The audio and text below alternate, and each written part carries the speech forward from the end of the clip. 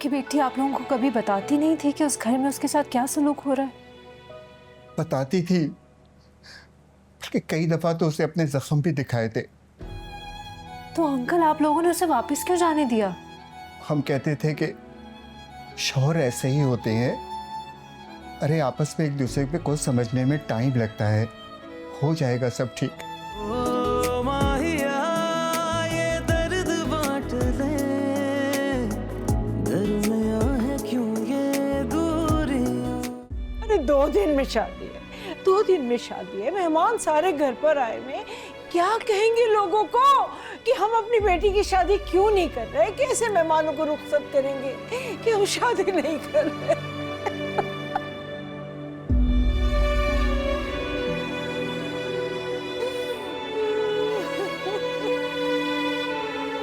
इस बात का तो सिर्फ एक ही तरीका है।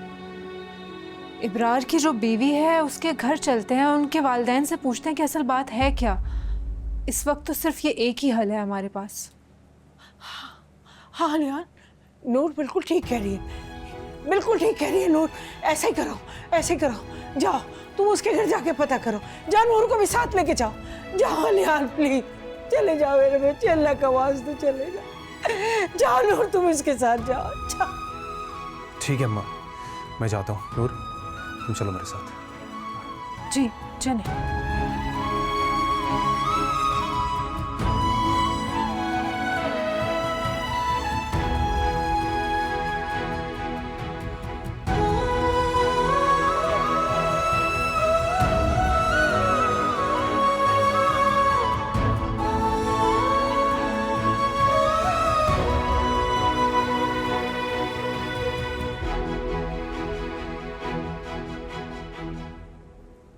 हमने तो ये देख करके कि अपने रिश्तेदार हैं, आना जाने वाले लोग हैं, मिलना जुलना था उनके साथ, हमने अपनी बेटी की शादी उस घर में कर दी।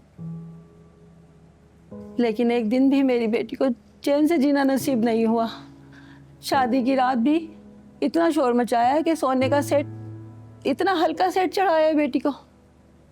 जहेज के ताने अलग, बात बेबात उसको ताने देते रहते थे। शौहर तो शौहर, माँ भी उसकी कम नहीं थी, भड़काती थी अपने बेटे को।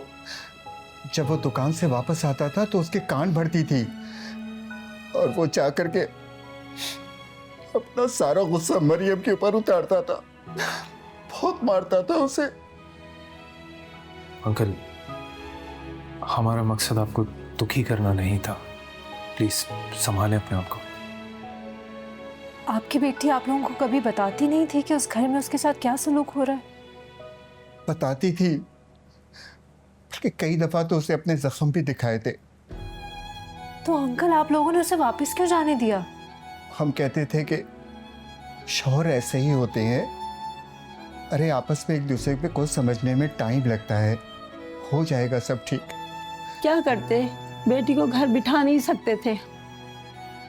सोचते थे कि ठीक हो जाएगा, प्रेग्नेंट हो गई तो औलाद हो जाएगी तो ठीक हो जाएगा, माफी मांग लेता था आके। लेकिन वो ठीक नहीं हुआ। एक दिन तो इतना मारा उसे, इतना मारा, वो कहती थी मैं मर जाऊंगी। आंटी आपको उसे वापस भेजना ही नहीं चाहिए था। गलती हमारी ही थी। आज उसकी बात मान ली होती तो आज हमारे दरमियान में होती। लेकिन आप लोग मत कीजिएगा वहां अपनी बहन की शादी, वो उसे भी मार देगा। अब हम वहां शादी नहीं करेंगे, आप फिक्र मत करें। अल्लाह आप लोगों को सब्र दे और आपकी बेटी के लिए आगे आसानियां हो। हाँ भाई। अच्छा अंकल, ये हमें इजाज़त दें, देर हो गई, हमें वापस जाना होगा। आप लोग अपना ख्याल रखिएगा। चल, अल्लाह हाफ़िज़। इशरत, तुमने बिना परखे बिना देखे कैसे रिश्ता कर दिया? अगर पहले छानबीन कर ली होती ना तो ये नौबत ना आती। अब क्या करोगी तुम? कैसे बताओगी दुनिया को ये सब? अरे जब भी इसका रिश्ता होता है किसी ना किसी वजह से टूट ही जाता है। बहुत भारी नसीब है इसका। तुम सदका दो सदका, भाई नसीब अच्छा नहीं है लड़की का। अरे कैसी बातें कर रही हो तुम? अगर मुझे पता होता तो मैं अपनी बेटी का रिश्ता क्यों करती ऐसी जगह? देखो इशरत, बुरा नहीं मानना, खानदान से कोई तुम्हारी बेटी से शादी नहीं करेगा।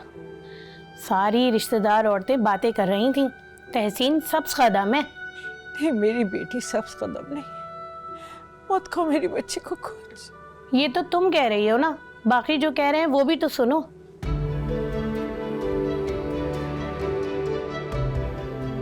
अच्छा इशरत, अब हम चलते हैं।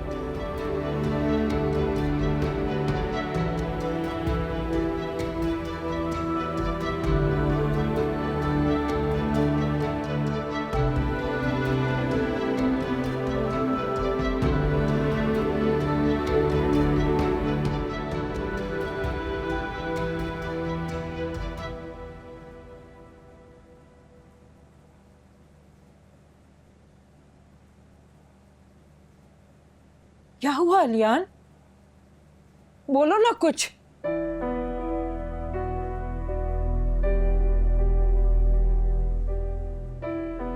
अम्मा,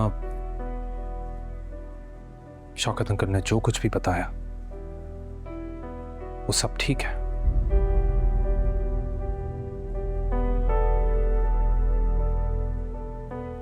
हम उस घर में तहसीन की शादी करने का सोच भी नहीं सकते। आप उन्हें साफ मना कर दें। कोई मना नहीं करेगा।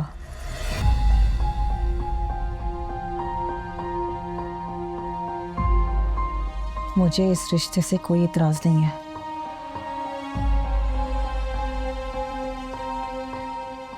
ये क्या कह रही हैं आप तहसीन आपी? अब तो सच्चाई का सब पता चल गया है, तो ऐसे में शादी करना तो सरासर खुदकुशी है।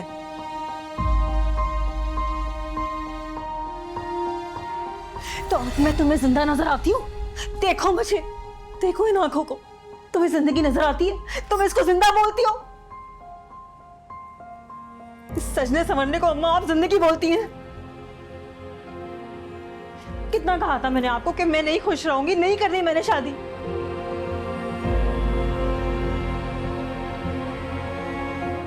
मगर आपको मेरी कहाँ परवाह थी? आपको तो बिरादरी वालों की परवाह थी ना। ये जो लोग बाहर घूम रहे हैं, आपको इनकी परवाह थी। मेरी परवाह कहाँ थी आप सबको?